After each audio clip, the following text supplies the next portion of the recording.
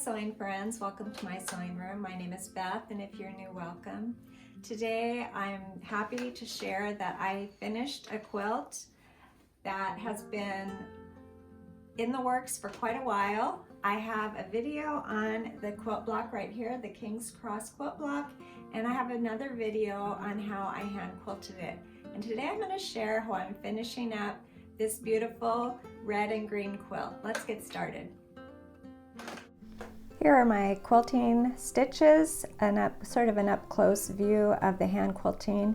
It's not heavily quilted, but I think it works. I went through all of those quilt squares diagonally, and here's the back. I used a cotton sheet for the back with this light blue plaid that I think goes nicely with this quilt. And rather than adding binding to the quilt today, I'm going to do something a little different, something I have not done for a really long time. And I'm going to push that backing out of the way, and I'm going to take a pair of scissors and trim the batting. I'm going to be using the backing as my binding. I'm going to roll it to the front. And so instead of using a rotary blade and a ruler to cut the batting away, I used a pair of scissors because I needed to be very careful. I thought if I used that ruler and rotary blade, I might accidentally cut the backing. So I tried to be careful and not accidentally cut that backing fabric. And it didn't need to look pretty. This batting is going to be hiding inside the quilt, so it doesn't need to be a perfectly straight line.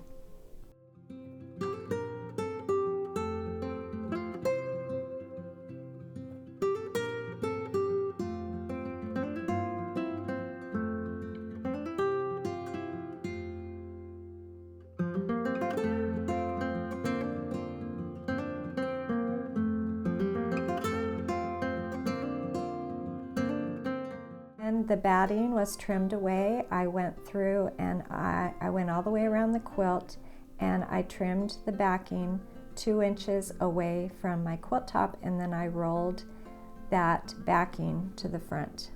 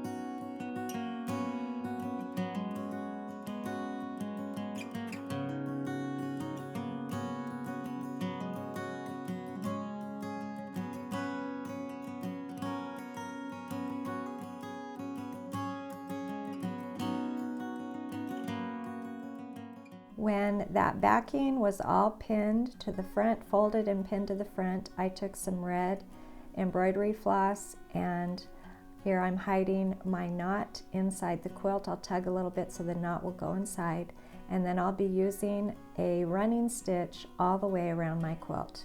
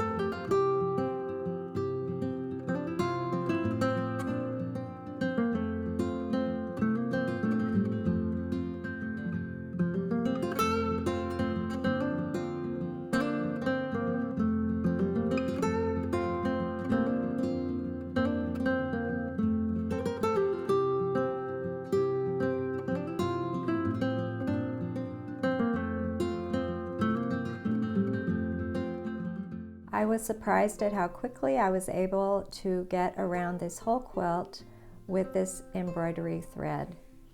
It was an easy one evening project, so I'm not sure why I waited so long to pull this out and finish it.